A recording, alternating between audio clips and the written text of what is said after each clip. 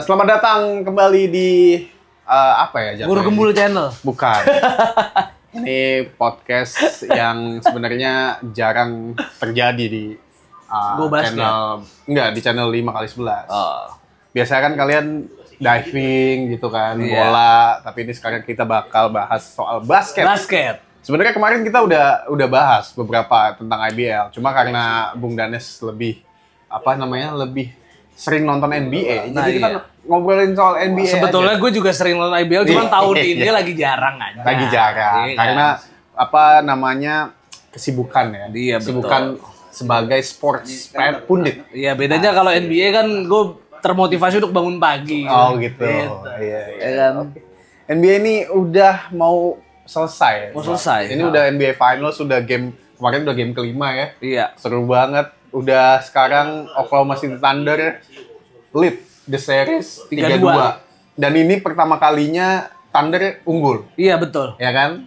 Sebelumnya kan di game pertama Indy dulu kan yang menang kan. Iya. Terus habis itu sama dia disamain, sama Thunder disamain, terus habis itu dibalikin lagi sama Indy, disamain lagi, sekarang akhirnya Thunder yang unggul. Tapi kenapa bisa Indiana Pacers itu di game pertama malah unggul gitu, Bang? Ya itu kalau Indiana Pacers gue lihat waktu game pertama sebetulnya mereka banyak ketinggalan. Nah iya. Banyak ketinggalan di sepanjang pertandingan. Tapi Indiana Pacers kan tim yang clutch banget. Iya ya. Sering menang di akhir-akhir. Iya.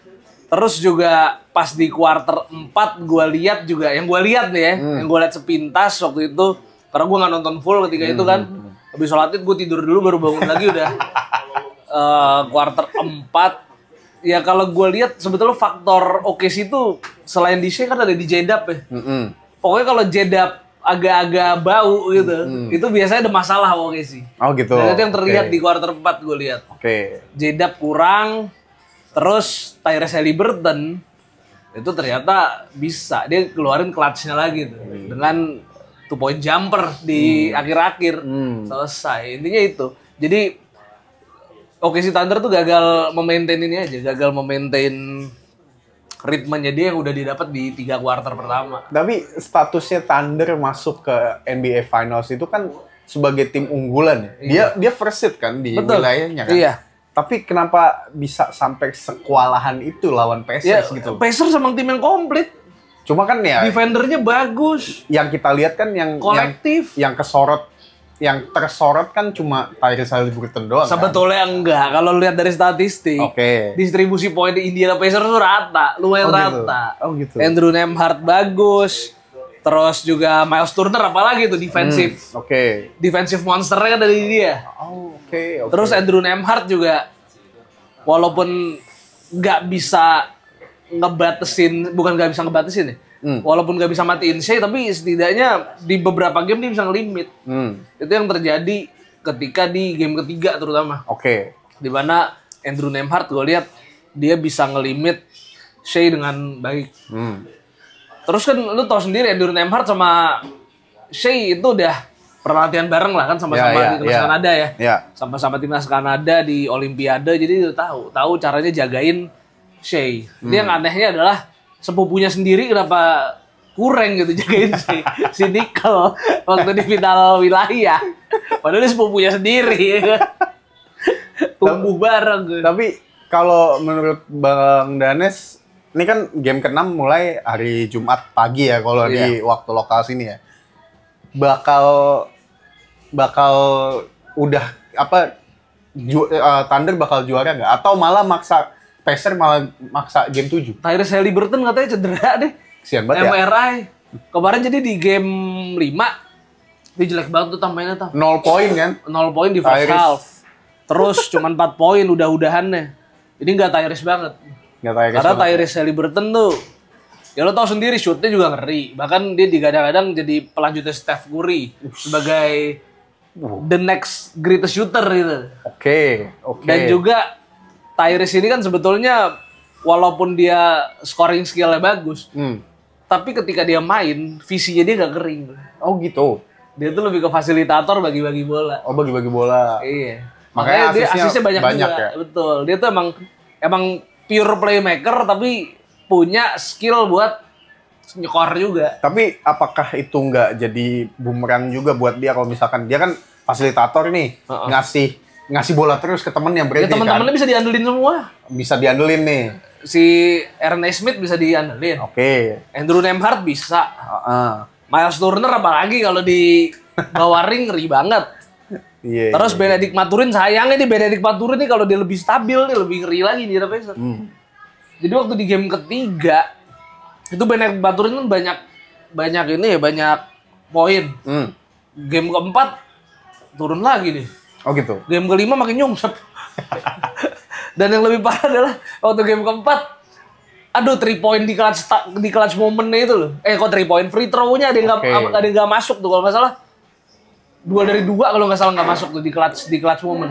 Kalau gua nggak salah ntar gua lihat lagi deh. Tapi berarti kalau menurut Bang Danes yang sedikit lebih unggul di game ke-6 nanti siapa berarti? Gua kok feeling ini close out deh. Close out. Iya. Kayaknya Thunder 4-2 nih. Iya. Faktor apa yang bikin Thunder lebih unggul? Defense-nya udah compact, dia udah tahu cara matiin pemain-pemain Indiana Pacers. Lo lihat di dua game terakhir, turnovernya Indiana Pacers tuh tinggi tuh di first half, bahkan di first quarter. Jadi mereka udah bisa bikin setidaknya di game 5 lah ya. Di first half game 5 itu mereka udah bisa bikin Indiana Pacers cosplay jadi Minnesota di lalu ya tuh. Walaupun gila Indiana Pacers di quarter 3 naik juga. Iya sih. Tapi ujung-ujungnya turun lagi tuh di quarter 4. Di quarter 4 pertengahan. Kalau ngelihat ini kan berarti jatuhnya kayak si Indiana Pacers yang jadi kuda hitamnya ya. Si Thunder kan yang diunggulin nih. Kalau bukan Pacers, harusnya musim ini yang masuk ke NBA Finals siapa? Kalau bukan Pacers di timur ya. Harusnya sih Cleveland Cavaliers lah. Nah, tapi mereka dikalahin sama Pacers kan? Iya, Darius Garland-nya nggak fit juga. Oke. Itu problemnya. Darius Garland yang nggak fit, bahkan di 2 game kalau nggak salah dia nggak main ya. Ntar kalau yang nonton boleh dikasih tahu kalau gue bisa salah. Kayaknya di 2 game dia nggak main. Berarti sebenarnya Cleveland memang lagi bagus-bagus ya di musim ini. Iya, tapi ada pemain yang cedera juga. Dan ini juga kayaknya Donovan Mitchell jangan-jangan bukan championship kaliber. Lo bayangin, dia 2 kali bawa tim ke first seed. Itu di Utah Jazz pernah. Tapi di position nih. Terus di Cleveland pernah, tapi di position mentoknya cuman di first round gitu ya? Bukan di first round. Kalau yang pas di first seed, mentoknya di semifinal wilayah. Oh, semifinal. Iya. Oke. Gitu. Utah Jazz bayangin waktu itu. Ngelawan Clippers yang timnya lagi gak sehat kayaknya waktu itu. Lagi gak sehat soalnya Kawhi kayaknya cedera di game 3 atau game 4 waktu itu. Oke. Tetep gak menang loh. Nah, kalau maksudku gini kan kita ngomongin Tyrese Haliburton, terus habis itu Donovan Mitchell, terus ada Kawhi juga. Bentar, Utah Jazz tuh first seed tahun berapa ya gue lupa. Ya pokoknya pernah first seed lah ya. 19 apa 21 gitu, gue lupa. Sorry, gue short memory. 6 tahun, 5 tahun lalu ya. Iya. Gue agak lupa. Nah iya kan tadi kita ngomongin soal Donovan Mitchell, terus Kawhi Leonard, terus habis itu Tyrese. Iya. Seberapa impact sih satu pemain gitu di satu individu dalam sebuah tim basket? Ya itu lu kehilangan satu tuh bisa mempengaruhi semua sistem gitu. Kalau di basket kan kayak gitu kan. Indiana Pacers harusnya enggak. Karena dia main sistem, tapi tetap aja gak ada Tyrese. Berkurang pemain yang punya mental clutch gitu. Oke. Lo tau sendiri berapa kali itu Indiana Pacers dibikin menang gara-gara shoot Tyrese Haliburton di detik-detik terakhir. Berapa kali? Iya sih. Iya benar. Yang musim ini ya? Iya. Musim ini. Ya makanya kalau di basket tuh kan satu pemain bisa mempengaruhi semua gitu. Iya betul. Nggak cuma di NBA, di IBL juga sempet kita bisa ngelihat Yuda absen, Prawira jadi kayak gimana, kayak gitu-gitu. Ternyata se-impact itu ya satu. Ya lu yang main di lapangan 5. Iya. Terus ada 1 atau 2 bintang yang mungkin di situ kekuatannya sampai 60%. Iya. Di sebuah tim. Jelas impact kalau basket. Lu jangan sampai nama bola. Itu olahraganya beda. Tyrese Haliburton kemungkinan cedera. Ya berarti benar tadi ya, close out berarti ya. Thunder juara ya. Feeling gue sih gitu ya. Apalagi ritme defense-nya OKC udah nemu banget. Ini tim OKC ini kan berarti trionya siapa tuh? Saya terus habis itu J-Dub sama satu lagi. Kalau dulu kan Oklahoma punya Russell Westbrook, James Harden sama Kevin Durant. J-Dub sama Lu Dort lah. Oke. Lu Dort. Itu trio yang sekarang udah setara dengan trio zaman dulunya Thunder. Sebetulnya kalau dilihat kebintangannya sama skillnya lebih ngeri trio dulu. Trio dulu ya. Iya. Cuma nggak juara kan? Cuman materinya OKC sekarang tuh jauh lebih deep, komplit. Lebih komplit. Nggak cuma ngandelin 3 pemain itu doang. Sebetulnya waktu OKC zaman final lawan Miami Heat itu juga lumayan deep, tapi kalau menurut gua nggak sedip sekarang. Oh, I see. Lu bayangin aja nih pemain-pemain yang kemarin nggak dimainin nih, misalnya kayak Isaiah Joe. Terus si siapa lagi tuh? Si Jalen, bukan Jalen Williams. Apa bedanya Jalen? Ya, Jalen itu J-Dub, kalau Jalen bukan Jalen tuh yang rambutnya panjang. Ada Y-nya ya. Yang rambutnya panjang, bukan panjang rambutnya kayak semi kribo. Bukan kribo deh. Dia dikuncir juga sih sekarang rambutnya. Sama-sama ini ya? Namanya sama. Bukan, sama-sama gimbal juga dua-duanya. Namanya mirip-mirip ya orang luar ya. Jadi Jalen Williams, J-Dub sama Jalen Williams. Ini yang pakai Y, yang pakai J-nya pakai Y itu yang mana? Yang ini, yang nggak main. Itu kalau sekalinya dimainin pun itu bisa ngasih impact. Mungkin dia nggak dimainin untuk ini juga kan adaptasi sama lawannya juga kan. Kayak misalnya kayak kemarin waktu GSW, waktu first round mereka lawan Houston Rockets. Si Jonathan Kuminga kan nggak dimainin sama Steve Kerr. Begitu lawan Minnesota, Jonathan Kuminga dimainin. Karena Jonathan Kuminga itu cocok buat lawan tim dengan size, dengan power, dengan ibaratnya dengan tenaga lah ya. Tenaga apa begini apa? Pokoknya cocok ngadepin tim dengan pemainnya banyak tangan panjang, yang lebih fisikal lah. Itu jadi lu tau Minnesota kan mainnya lebih fisikal tuh. Walaupun Houston Rockets fisikal juga. Iya. Houston Rockets fisikal, tapi ibaratnya kan strongnya itu kan Minnesota lebih. Itu butuh pemain kayak Jonathan Kuminga. Iya, ngomong-ngomong Houston Rockets tadi mention Bang Danes, kan Bang Danes fans Houston Rockets.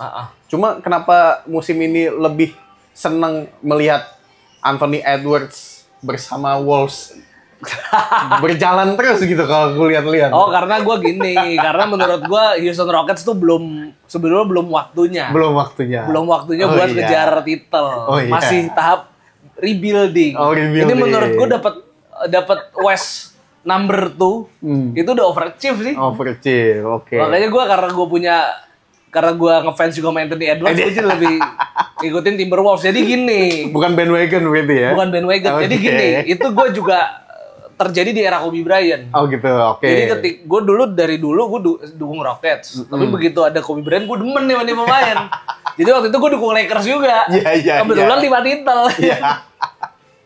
Bisa-bisa aja. Nah sekarang ini kejadian lagi. Ada satu pemain yang gue suka banget di luar Houston Rockets, itu Ant-Man. Ant-Man berarti Wolves waktu itu kalah sama siapa? Sama Thunder. Iya. Kenapa bisa kalah itu dia? Di game 4 sama game 5 Ant-Man kayak nggak ada jawaban sih sama defense-nya Thunder. Ya? Emang kalau Ant-Man menurut gue masih ada hal yang perlu di-develop sih. Apa karena Wolves bertumpu banget sama Edwards? Enggak juga. Waktu game 4 itu role player-nya poinnya banyak. Ant-Man sama Julius Randle malah mati. Oh, iya. Di game 5 udah selesai di blowout. Jadi emang kalau Edwards tapi padahal lawan Lakers mereka ini loh. Ya bagus. Iya. Ya karena pemain Lakers gak ada yang bisa ngedefend Ant-Man. Oh iya. Beda sama Thunder, lu gila lu. Perimeter defendernya, you name it, Alex Caruso. Oh iya. Lu Dort, J-Dub. Itu defender elite semua. Dan aku sempat lihat story-nya Bang Danes pada saat Wolves kalah sama, kan sempat Lakers ngambil 1 game kan? Iya. Ngambil 1 game, Bang Danes itu menggarisbawahi walaupun Lakers menang, skornya nggak nyampe 100. Nggak pernah sampai 100 game. Itu apa sih? Gue udah feeling ini Lakers nggak bakal menang lawan Minnesota. Iya. Dulu waktu sebelum playoff dimulai, banyak yang ngata-ngatain gue. Iya. Gak mungkin Minnesota bisa ngalahin Lakers. Dan fans-fans Lakers tuh kebanyakan pada bilang gini, pada apa namanya? Kan waktu itu kan Barat lagi ketat-ketatnya tuh. Mereka pada berharap daripada ketemu Clippers, ketemu Denver, atau ketemu GSW, mending ketemu Minnesota. Menurut gua lu salah. Minnesota tuh lawan paling berat buat lu. Lu satu kalah size, pemain Minnesota juga tangannya panjang-panjang. Lakers nggak punya big man loh. Tangannya juga panjang-panjang. Ditambah juga ada seorang defense liabilities di Lakers. Siapakah dia? Luka. Ada dua. Ada Luka dua. sama Austin Reeves. Jadi dua bersaudara itu ya? Itu gampang dieksploitasi sama Ant-Man. Iya. Lu ngecilin Ant-Man lu. Padahal dan Ant-Man tuh mental playoff itu jadi sebetulnya. Padahal sebenarnya yang diharapin memang dari Luka ya di Lakers musim ini ya. Pada saat setelah dia trade, setelah dia ditukar, memang yang diharapin Luka sih. Tapi ya masih musim pertama lah. Iya memang. Tapi di satu sisi emang Luka itu kelemahannya memang defense-nya males, jadi suka jadi pintu masuk buat lawan-lawan Lakers atau lawan-lawan Dallas Mavericks dulu buat attacking. Tapi mungkin setelah main sama LeBron yang bisa dibilang apa ya jatuhnya, rajanya di setiap tim dia main lah. Maksudnya kan dia yang ngatur-ngatur gitu. Mungkin Luka mau lebih better di defense musim depan. Ya kita lihat aja, cuman udah berapa tahun Luka main di NBA, defense-nya gitu-gitu aja. Gitu-gitu aja. Mungkin karena belum ketemu sama pemain yang dominan kali di satu tim. Iya, tapi nyatanya ya kemarin di Lakers kan baru. Kalau menurut gua emang untuk nge-develop defense Luka udah susah. Cuman Luka bisa dibikinin tim yang bisa ngedukung dia. Jadi kayak timnya yang nge-circle dia Curry gitu ya? itu juga Stephen Curry itu juga defense liability sebetulnya. Tapi lu lihat aja sampingnya ada siapa? Ada Klay Thompson. Iya. Dia punya Draymond Green. Terus dulu dia juga sempat punya KD. KD itu defense-nya bagus, lu ya salah. Dia main defense. Dulu terus di dalam ada JaVale McGee dulu. Oh iya. Sebelum JaVale McGee ada Andrew Bogut. Ya kan? Iya, ada Iguodala juga ya. Iya, Iguodala. Jadi emang sekelilingnya Curry itu pada bisa defense. Lah Lakers James sudah nurun. Iya, Pak. Austin Reeves defense-nya gak jelas. Siapa lagi? You name it. Siapa lagi starter Lakers? Siapa lagi sih? Jackson Hayes. Aduh. Men. Aduh. Ya, kita lihat aja lah Lakers seperti apa musim depan. Ya lu berdoa aja dapat Miles Turner. Semenjak ini sih ngelihat yang draft ininya, lottery draft kan yang menang si Dallas. Kan? Itu udahlah nggak berharap banyak juga kok. Ya Cooper Flag belum tentu ke Dallas sih. Bisa aja Dallas tahu nge-trade Cooper Flag. Oh iya, ada ini ya, nge-pick habis itu langsung di-trade. Iya, bisa jadi. Bisa jadi, iya. Balik lagi ke finals berarti prediksi Thunder ya. Thunder kayaknya di game Thunder in 6. Thunder in 6. Kayaknya. Iya. Gue bisa salah. Gue bisa salah, tapi ini prediksi gue aja. Tapi kalau misalkan Pacers mau menang, harus ngapain deh? Pacers? Iya. Kalau mau menang, ya udah kunciin Shai Alexander, gak bercanda.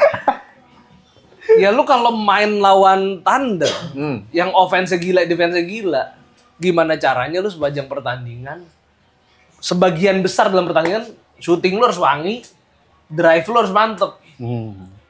Oke. Harus efektif kalau lawan Thunder. Lu main jelek lu dihukum, gitu aja.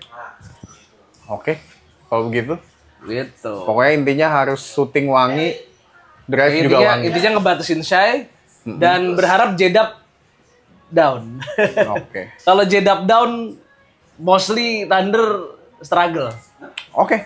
Kita akan lihat aja seperti apa ya nanti game 6. Kalau menurut Bung Danes sih Thunder juara di game ke-6. Tapi kalau aku sih pengennya Pacers bisa maksa game 7. Gua juga pengennya game 7 sebagai penggemar basket, man. Tapi gua kalau realistisnya sih kayaknya Thunder in 6. Besok main di Indianapolis emang ya. Iya, mainnya kan di Indy kan. Main di Indy, tapi bapaknya Tyrese Haliburton juga udah boleh nonton kan. Iya. Nanti kan bisa diganggu fokusnya. Nah, iya. Thunder. Lu nggak ngomongin musim depan nih? Nggak usah lah. Yeah. Kayaknya udah kelamaan soalnya kita udah dibilang sama ininya nggak haus apa gitu kan. Ya udah. Next saja. Oke. Jangan thank you yang udah nonton. Jadi jangan karena kita bakal lebih sering ngomongin NBA. Semoga aja. Oke. Sampai jumpa di podcast NBA basket yang lain dari Go Basket dan 5x11 dan Ebola dan semuanya yang ada di 5x11. Oke?